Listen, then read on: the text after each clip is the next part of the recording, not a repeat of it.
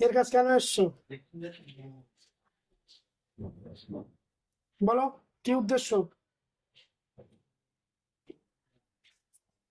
কি জন্য এসছো?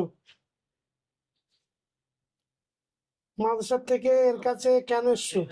পড়তে দেবো না বলে, জোরে বলো। পড়াশোনা করতে দেবো না বলে। পড়াশোনা করতে দেবে না কেন? পড়াশোনা করলে তোমার বউলে পালাবে, এরকম কোনো ভয় আছে? না, হ্যাঁ, না, এই পড়াশোনা করলে চাকরি বাকরি পারি কি তোমার মেয়ের পালাবে? না। তাহলে কি সমস্যাটা কি তোমাদের? এর পড়তে দেবে না, তোমাদের সমস্যাটা কি, কেন এর পড়তে কেন দেবে না? একটা উদ্দেশ্য তো আছে না? কেন দেবে না? ভিডিও করে না, এ পড়তে দেবে না কেন? কি উদ্দেশ্য, একটা বলো, উদ্দেশ্যটা কি? উদ্দেশ্য নেই, হ্যাঁ, উদ্দেশ্য নেই। কোনো উদ্দেশ্য নেই, না। এমনি পড়তে দেবে না। হ্যাঁ। এই ছেলেটা মাদ্রাসায় পড়তো, কতদিন আগে পড়তো ভাই? 3 বছর, 3 বছর আগে মাদ্রাসায় গেলে শরীর খারাপ করতো। হ্যাঁ, হ্যাঁ, মাদ্রাসায় গেলে শরীর খারাপ করতে, আর মাদ্রাসায় যাওয়ার সময় বিশাল কান্নাকাটি করতো, হ্যাঁ, বিশাল কান্না। জোর করে পাঠাতে হতো। হ্যাঁ, এরকম কেস বহু ছেলে পিলেরা আছে, বাপ মা তাদের ঠ্যাং ধরে মানে বেঁধে অনেক সময় মাদ্রাসায় রেখে দেয়। অনেক ওস্তাদরা অনেক ছেলে পিলেদের শেকল দিয়ে পায়ে বেঁধে মাদ্রাসায় রেখে দেয়। এইগুলো কিন্তু 90% জেনের জন্য, 90% জেনেরা এগুলো ওই ছেলেপিলেদের পড়তে দেয় না, বদমাইশি করে, মাদ্রাসার থেকে বার করে দেয়, পালিয়ে যায়, পড়লে মনে থাকে না, পড়তে গেলে দমের কষ্ট হয়, বুকের কষ্ট হয়, মাদ্রাসার থেকে রাত 2টোর সময় পালায়। এগুলো 99.9% জেনের সমস্যা, জেনেরা এগুলো করে। আমি ঠিক বলছি না ভুল বলছি? ঠিক, জোরে বল। ঠিক, বাংলাদেশের বোতল বল, বল ঠিক বল। ঠিক। হ্যাঁ, খুব কোথাকার ভারতের মিনা শুনেছিস তো? হুম। যেরকম জিজ্ঞেস করবো এরকম উত্তর দিবি, ঠিক আছে? আমি যখন বলবো বলবি ঠিক, কেন বলবি? ঠিক। হ্যাঁ, বলবি। তো এই জেনেরা মানে এদের মতন আরো দোস্ত বন্ধু এদের সব আছে। আর এদের বড় একটা হুজুর আছে। এই যেহেতু মাদ্রাসা পড়া ছেলে, তার কারণে আমি দুটো কথা এক্সট্রা বলছি। এটা স্কুলের ছেলেদের জন্যও হয়, স্কুলের মেয়েদের ক্ষেত্রেও হয়। ওর বাপ মা তো বন্ধু কিভাবে ভাবে এমন কথাবার্তা না না পুরো শেষ। না না, তার ব্যাপার আছে, কেন ব্যাপারটা আমি বলছি। যেহেতু এই যে জেনগুলো আছে, এদের বয়স আর ওর বাপের বয়স মানসিক দিক থেকে একরকম, ঠিক না বেঠিক?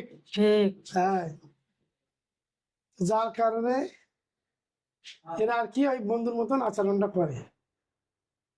আচ্ছা, যেটা বলছিলাম যে এদের একটা বড় হুজুর আছে, সেই বড় হুজুর প্রত্যেকটা মাদ্রাসায় প্রত্যেক দিন ফজরের নামাজ বাদে একটা জেনের টিম পাঠায়। ঠিক বলছি না বেঠিক? ঠিক। হ্যাঁ, যারা শুনছেন ভালো করে শোনেন, আপনাদের অভিজ্ঞতা হবে। এই বলে পাঠায় কোন ছেলেটার ব্রেন ভালো, কোন ছেলেটার দেখতে ভালো, কোন ছেলেটার সাথে হুজুরের সম্পর্ক ভালো, কোন ছেলেটার গলার এলান ভালো। যে ছেলেটার ব্রেন ভালো তার মাথায় জাদু করবে জেনেরা, যে ছেলেটার গলার এলান ভালো তার গলায় জাদু করে দেবে। কচি, দাঁড়া, ফুসফুস করে দেখছে, বস। যে ছেলেটার ওস্তাদ আর ছাত্রের সাথে সম্পর্ক ভালো, সেই ওস্তাদ আর ছাত্রের সাথে তাকে বিচ্ছেদ করে দেবে। ঠিক না বেঠিক? ঠিক। ঠিক। এই জেনেরা সকালবেলা একটা করে টিম প্রত্যেকটা মাদ্রাসায় যায়। ঠিক না বেঠিক? ঠিক। ঠিক। এদের যে বড় হুজুর, তার নাম কি? ইবলিস, শয়তান। ঠিক না বেঠিক? ঠিক। হ্যাঁ, অতএব তোমরা ইবলিসের কি চেলা? চেলা। জোরে, চেলা। তোমরা ইবলিসের চেলা। চেলা। এরা প্রত্যেকটা মাদ্রাসায় তোমাদের এরকম দোস্ত বন্ধু সব ভাগ ভাগ করা আছে। ঠিক। ঠিক। হ্যাঁ। তো সেই কাজটা এরা করে। আচ্ছা, মাদ্রাসার ছেলেদের পিছনে জেন লাগে, সব ছেলেদের পিছনে লাগে না, কিছু কিছু ছেলেদের পিছনে, বিশেষ করে কিছু কিছু ছেলেদের পিছনে লাগে, যাদের ছেলেপিলে মাদ্রাসায় পড়ে বা স্কুলে পড়ে। এগুলো একটু আপনারা ভালো করে শুনে রাখেন। আর এই যে জেনেরা আছে, এরা বলবে আমি ঠিক বলছি কি ভুল বলছি, ঠিক তো? ঠিক কোন কোন ছেলেপিলেদের জেনে পায়? ছেলে এবং মেয়েদের জেনে পায় যার বাপ মা স্বামী স্ত্রীর মধ্যে মিল নেই। কটা কারণে বাচ্চাদের উপরে জেনে আসর করে, এটা আমি বলছি, একটু আপনারা শোনেন, আপনাদের অনেক উপকার হবে। কটা কারণে বাচ্চাদের উপরে খবিশ জেনে আসর করে, জাদু করে তাদের পায়। 1 নাম্বার কারণ হলো স্বামী স্ত্রীর মধ্যে যদি মিল মহব্বত না থাকে, সেই তাদের সন্তানদের উপরে জেন খবিশের আক্রমণ হয়। ঠিক না বেঠিক? ঠিক বাচ্চারা যখন মাদ্রাসায় চলে যায় একা হয়ে যায়, স্কুলে চলে যায় একা হয়ে যায়, বাপ মা যদি মিল মহব্বত না থাকে, রাত দিন ঝগড়া হয়, মিল না থাকে, ভালোবাসা না থাকে, তারা যদি নামাজ কালাম না পড়ে, শরিয়াতির বাইরে চলে, যদি মুসলমান হয়, তাদের বাচ্চাদের উপরে জেনে জেনে আসর করে, দৃষ্টি দেয়, জাদু করে, ক্ষতি করে। 2 নাম্বার হচ্ছে বাপ এবং মা দুজনের মধ্যে কেউ যদি পরকিয়া করে, বাপ এবং মা দুজনের মধ্যে যদি কেউ পরকিয়া করে, তাদের সন্তানদের উপরে কবি শয়তান আক্রমণ করে। কেন করে? পরকিয়া করলে আল্লাহ তার উপরে সে গুনাহগার হয়ে যায়। স্বামী স্ত্রী ঝগড়া করলে গুনাহগার হয়ে যায়। আর যখনই কোনো মানুষ গুনাহগার হয়ে যায়, আল্লাহর রহমতের ফেরেশতারা তার থেকে, তাদের ফ্যামিলি থেকে চলে যায়। আর যখনই আল্লাহর রহমতের ফেরেশতারা চলে যায়, সকল শয়তান সেই বাড়িতে ঢোকার সুযোগ পায়, সন্তানদের ক্ষতি করে দেয়। ঠিক না বেঠিক? ঠিক আচ্ছা, আরো কিছু কারণ আছে। বাপ মায়ের মধ্যে যদি কেউ নেশা করে, বাপ মায়ের মধ্যে যদি কেউ গান শুনতে অভ্যস্ত হয়, বাপ মায়ের মধ্যে যদি কেউ সুদ খায়, বাপ মায়ের মধ্যে যদি কেউ নেশা করে, এরকম যেসব কারণগুলো করলে, যেসব কাজগুলো করলে মানুষ গুনাহগার হয়, এইসব কাজগুলো যদি কোনো মুসলমান করে, তাদের সন্তানদের উপরে জেনের আক্রমণ হয় এবং স্বামী স্ত্রী উভয়ের উপরে জেনের জাদু হয়। ঠিক বলছি না ভুল? ঠিক জোরে, ঠিক আরো জোরে। ঠিক তাহলে এগুলো খেয়াল রাখতে হবে। শুধু আমার ছেলে কথা শোনে না, মেয়ে কথা শোনে না, পড়ে না, মাসায় গেলে থাকে না, বাপ মারে খেয়াল রাখতে হবে। বাপ মা সবসময় গোনার থেকে পরেজ করতে হবে, নাহলে ছেলে পিলে এবং নিজের সংসার পরিবার আল্লাহর রহমতের ফেরেশতা এবং আল্লাহর রহমত থেকে বাইর হয়ে যাবে, আল্লাহর জিম্মাদারি থেকে তারা চলে যাবে। আর শয়তান খবিশ জেন তারা অত্যাচার করার সুযোগ পাবে। অতএব যারা আপনারা আমার ভিডিওটা দেখছেন, আমি আপনাদের পায়ে ধরছি, স্বামী স্ত্রী মিল মহব্বত রাখুন। পরকিয়া যদি স্বামী স্ত্রী কেউ কারোর উভয় যদি কারোর কোনো পরকিয়া থাকে, মেহরবানি করে তওবাতিল্লাহ করে ফিরে আসুন। নাহলে যে পরকিয়া করবে তার তো জেনে পাবেই পাবে। হ্যাঁ, যে যা পরকিয়া করে সব তার জেনে জাদু করে।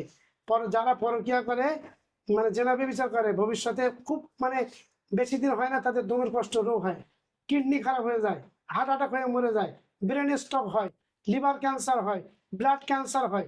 কেন হয়? তার অদৃশ্যে যখন কোনো মানুষ জেনা করে, বা জেনা করা তার অদৃশ্যে, তার উপরে শয়তান কোটি কোটি কোটি কোটি জাদু করতে থাকে। যেহেতু আল্লাহ রহমতের ফেরেশতার আল্লাহ রহমত থেকে সে বাইর হয়ে যায়, তার উপরে কোটি কোটি জাদু করতে থাকে। জাদু তারা যেখানে নিশানা করবে, লিভারে নিশানা করলে তার লিভার নষ্ট হবে, চোখে নিশানা করলে চোখ নষ্ট হবে, কিডনির নিশানা করলে কিডনি নষ্ট হবে। কোনো স্বামী স্ত্রী উভয়ের মধ্যে যদি কেউ পরকিয়া করে, যেভাবে বিচারে লিপ্ত হয়, তাহলে হয় তার হার্ট অ্যাটাক হবে, না তার তোমার ব্রেন স্ট্রোক হবে, না কলজেটা নষ্ট হবে, না কিডনি নষ্ট হবে, না ব্রেনের দোষ হবে, না সে পাগল হয়ে যাবে, না দমের কষ্ট হবে। এটা হবে হবে এবং হচ্ছে, এবং আপনারা এটা মিলিয়ে নেবেন। আমি আপনাদের জন্য বললাম। আর এখানে জেন আছে, এরা বলবে এটা ঠিক নেবে ঠিক, ঠিক নেবে ঠিক, ঠিক আরো জোরে। ঠিক হ্যাঁ, যাক, এই কাজ, এই যে সহযোগিতাটা তোমরা করেছো, এর জন্য আমি খুব খুশি হয়েছি। আমি তোমাদের মেরে দিতে পারতাম, বন্দি করতে পারতাম, আল্লাহ আমার সে ক্ষমতা তৌফিক দিয়েছে। কিন্তু তোমরা যেহেতু মাদ্রাসায় থাকায় জিন, তোমাদের একটা এলেম আছে, শয়তানেরও এলেম বিরাট আছে। তারপরে শয়তান তার জেদের কারণে, অহংকারের কারণে আজাজিল থেকে ইবলিশ হয়ে গেছে। এখন তোমরা কি ভালো হয়ে যেতে চাও? হ্যাঁ হুম, হ্যাঁ তোমরা মাদ্রাসায় পড়েছো, অনেক মিলাদ শুনেছো, কোরআন পড়ে শুনেছো, হাদিস শুনেছো। যদি আল্লাহ তোমাদের উপরে লানত না হয়ে যায় তো তোমরা ভালো হয়ে যাবে। তোমরা ভালো হয়ে যাবে। হ্যাঁ আজ থেকে নামাজ কালাম পড়বে তো। হ্যাঁ এই ছেলেটার কাছে আর কেউ এসে ডিস্টার্ব তোমরা করবে না তো। না এই ছেলেটার কোনো জাদু টাদু করা আছে। না এই ছেলেটা বাপ মায়ের সঙ্গে বিশাল মানে উদ্ভট আচরণ করে, কথাবার্তা উল্টো পাল্টা বলে, ব্যবহার খারাপ করে, জেদ করে, ঠিকঠাক ঘুমোয় না, এখানে সেখানে বিভিন্ন জায়গায় ঘুরে বেড়ায়। এগুলো তোমাদের কারণে করে না এই নিজের থেকে করে। আমাদের কারণে করে। তোমাদের কারণে করে। যাক তোমরা যাই হোক, এতদিন শয়তানি করলেও এই যে সত্যি কথাগুলো বলেছো, এর জন্যে আল্লাহর পক্ষ থেকে তোমাদের উপরে রহমত বর্ষণ হয়েছে। আর যখন আমি জেনে ট্রিটমেন্ট করি বা যারা জেনে ট্রিটমেন্ট করে তারা জানবে যে কোনো জেন যখন মিথ্যে কথা বলে বা জাদু করে, অটোমেটিক তদবিরকারকের ভিতরে একটা রাগ তৈরি হয়। তো এটা হচ্ছে আল্লাহর পক্ষ থেকে হয়। আর যখন কোনো জেন সত্যি কথা বলে তাদের প্রতি আল্লাহর রহমত বর্ষণ হয়, আর তার তাসিরটা তদবিরকারকের উপরে পড়ে। ওই জন্য আমি এতক্ষণ ধরে কথাগুলো বলেছি এবং এদেরকে মানে আমার শ্রোতা যারা আছে তাদেরকে আমি শোনাবার চেষ্টা করেছি। যাক আল্লাহর রহমত হোক তোমাদের প্রতি। তোমরা তওবা পড়ো জোরে জোরে। আস্তাগফিরুল্লাহ রাব্বি আস্তাগফিরুল্লাহ রাব্বি মিন কুল্লি যামবিন মিন কুল্লি যামবি ওয়া আতুবু ইলাইহি ওয়া আতুবু ইলাইহি লা হাওলা ওয়ালা কুওয়াতা লা হাওলা ওয়ালা কুওয়াতা ইল্লা বিল্লাহিল আলিয়্যিল আযীম। ইল্লা বিল্লাহি আলিয়্যিল আযীম। আশহাদু আল্লা ইলাহা ইল্লাল্লাহ আশহাদু আল্লা ইলাহা ইল্লাল্লাহ ইল্লাল্লাহ ওয়া আশহাদু আন্না ওয়া আশহাদু আন্না মুহাম্মাদান মুহাম্মাদান আবদুহু ওয়া রাসূলুহু। আবদুর রাসূলুহ। দর্শকদের উদ্দেশ্যে করে বলো যে আমি যে কথাগুলো বলেছি আমার কথাগুলো যেন সবাই আমল করে। সবার বলে দাও, এই ক্যামেরার দিকে চেয়ে বলো, এই মোবাইলের ক্যামেরার দিকে চেয়ে, সেই ওই হাতে ক্যামেরা, বলো বলো হুজুর যে কথাগুলো বলেছে এই কথাগুলো আপনারা আমল করবেন। বলো হুজুর যে কথাগুলো বলেছে এগুলো তোমরা আমল করবে। আমল করবেন। যাক এখন মোটামুটি তোমরা সবাই নামাজ পড়া খারাপ পড়বে। এই বাচ্চাটা কাছে তোমরা তো আসবে না, ওয়াদা করেছো। আর ভালো থাকো, সুখে থাকো। আপনারা সকলেই এই জেনগুলোর জন্য দোয়া করবেন। আরো যত ভালো জেন আছে, জেন জাতির মধ্যে যারা ভালো, আপনারা তাদের জন্য দোয়া করবেন। বাচ্চাটার জন্য দোয়া করবেন, আমাদের সকলের জন্য দোয়া করবেন। আমরা আপনাদের সকলের জন্য দোয়া করি। এখন এর কাছ থেকে জেনগুলো চলে যাবে ইনশাল্লাহ। চলে গেলে এ ঘুমিয়ে পড়বে, আপনারা এটা দেখবেন তারপরে চলে যাবেন। তোমরা সালাম দিয়ে চলে যাও, একে ঘুম পাড়িয়ে দিয়ে যাও, পিছনে ফেলে দাও, সালাম দিয়ে চলে যাও। সালাম দাও জোরে। আসসালামু আলাইকুম। ওয়ালাইকুম আসসালাম রহমতুল্লাহ বারাকাতুহু। চলে যাও, একে ঘুম পাড়িয়ে দিয়ে যাও, পিছনে ফেলে দাও, চলে গেছে। আলহামদুলিল্লাহ রাব্বিল আলামিন ওয়া আখিরাতুল লিল মুত্তাকিন। আসসালাতু ওয়াসসালামু আলা সাইয়্যিদিল আমবিয়া ওয়াল মুরসালিন ওয়া আলা আলিহি ওয়া সাহবিহি আজমাইন।